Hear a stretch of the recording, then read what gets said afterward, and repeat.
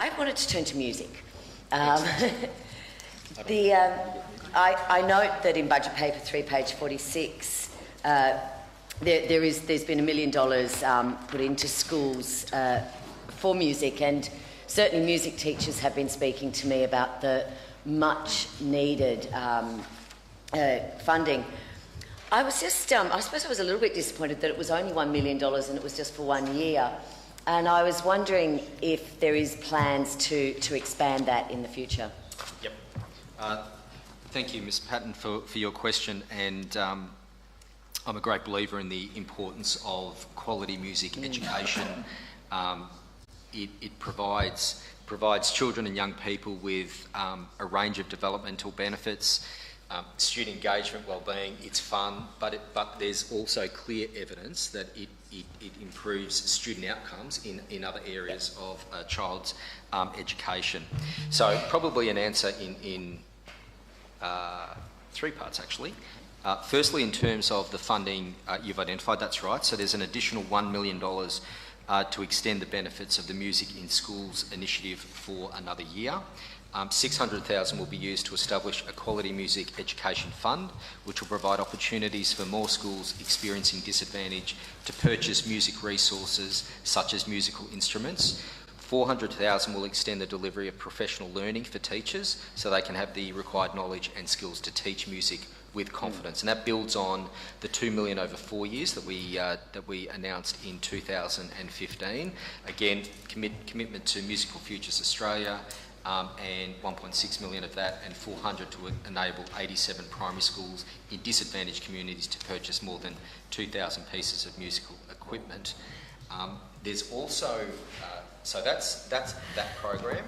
There's also music delivered via a school's overall global budget, the SRP.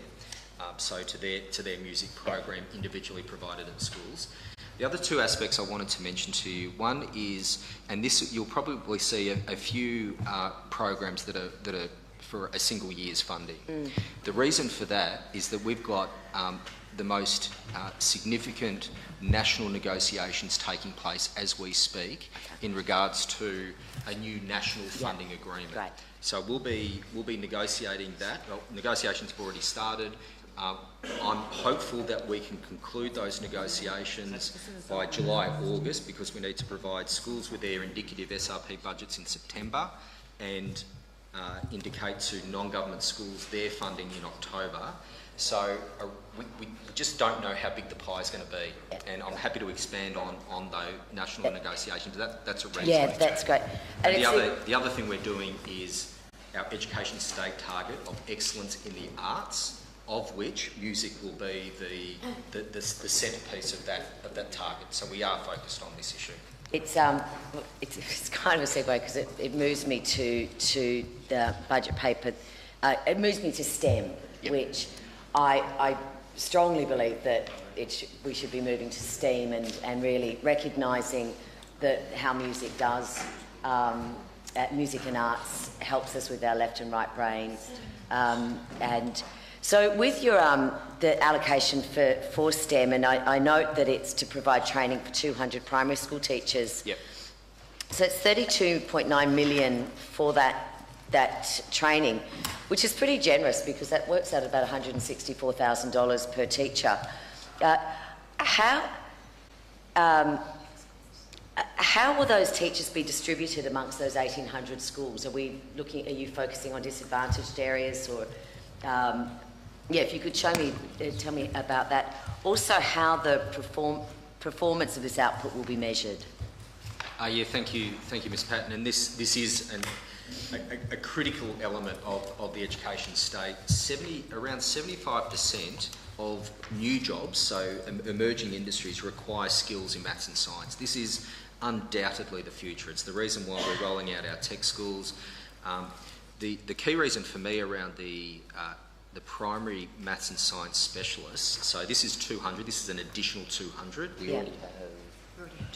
We already have 200 in the system. So this is another 200, yeah. One of the earliest engagements I had with the careers education peak body, and I was astounded to be advised that kids as young as grade 2 and 3 it's at that point in their entire education that they say, I can't do maths, maths is not for me, and they switch off. And they switch off for the rest of their education. And it just closes so many doors. So we've got to be better at engaging young kids in maths and science and the excitement of those areas. We've included coding in the curriculum in Victoria, unlike the Australian curriculum. So it's going to young. So what you're saying is it's going into those primary school focus for this. Yes. Great. So I might get Ms. Hare to talk a bit further, if you like, in terms of the specifics. Thank you. Thank you, Ms. Patten. Thanks. The way that we'll be seeking expressions of interest from primary schools to take part in this program.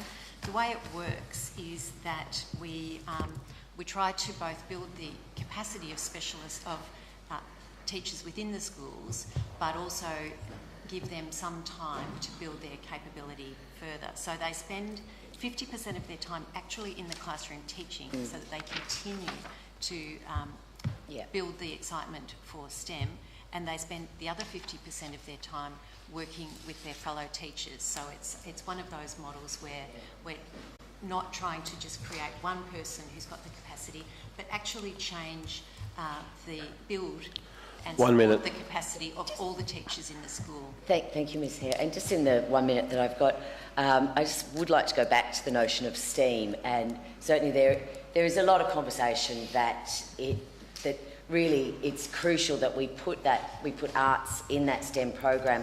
And have you, Minister, or has the department been considering expanding the way you look at STEM into STEAM? Yeah, we're already doing that, Ms. Patten, and I want to do that further. So we've got our education state targets around scientific literacy, but also excellence in the arts and critical and creative thinking.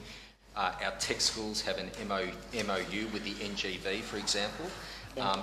And many schools are combining their science and tech programs with their arts programs as well. So that's happening. But I agree with you. We need to do more of that. Employers are looking for critical and creative thinkers. Order, Mr. Demopoulos, until 10:50. No, I hadn't finished my question. Sorry, Ms. Ward. Sorry, until 10:53 a.m.